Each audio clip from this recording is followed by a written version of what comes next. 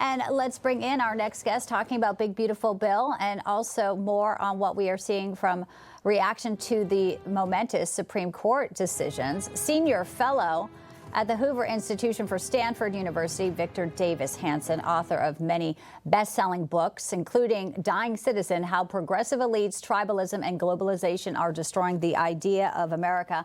Victor, great to see you on a Monday as we kick off a brand new week. Probably going to be another historic one for President Trump. Give us your sense on, the talk over the Big Beautiful Bill. We just heard the White House talking about how great it is for Americans, but still a little bit of shade coming in from Elon Musk. We will put up his tweet over the weekend. Obviously, not everyone is going to see perfection in this, but the bigger picture is they have control of the Senate and the House, so getting it through Congress seems like the time is now not to risk anything moving forward. Yeah, I think people have come to the consensus that while there's a lot of criticism from the conservative side, there wasn't enough cuts. And just to say that you're going to have smaller deficits than Biden did over his 4 years is not enough, given the MAGA promises. But all of that being considered, the damage it would do to stop the bill outweighs the apprehensions over some of the components in it. There's enough good stuff in there. It's really amazing how comprehensive it is. It's got the wall in there. It's got discussion about an action to tax remittances to Mexico, to tax endowments. There's things in there we have never really seen before in American history. So it's a landmark bill, and whatever opposition to it from the Republicans, I think at this late point would do more damage than seem principled on their part. Yeah, and the damage also coming in from just some of the rhetoric around President Trump's. We just said last week was probably one of the most consequential. Supreme Court, on Friday, limiting the injunctions that these judges can put on.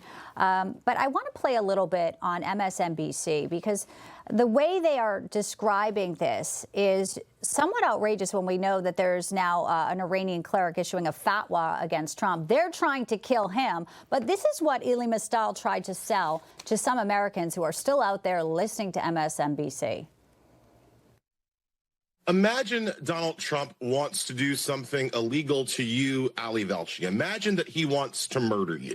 Imagine that he and Stephen Miller release an entire policy explaining about how they can murder Canadian journalists who are working in America because they're taking the jobs from real American journalists. I just think this is really outrageous. And then they go on to say why this is linked to the Supreme Court. I mean, they're already outrageous, Victor, but the level and the heightened tension we're at with our nation, it seems like the decisions being made over there to allow this type of talk is rising to a new level. What's your take?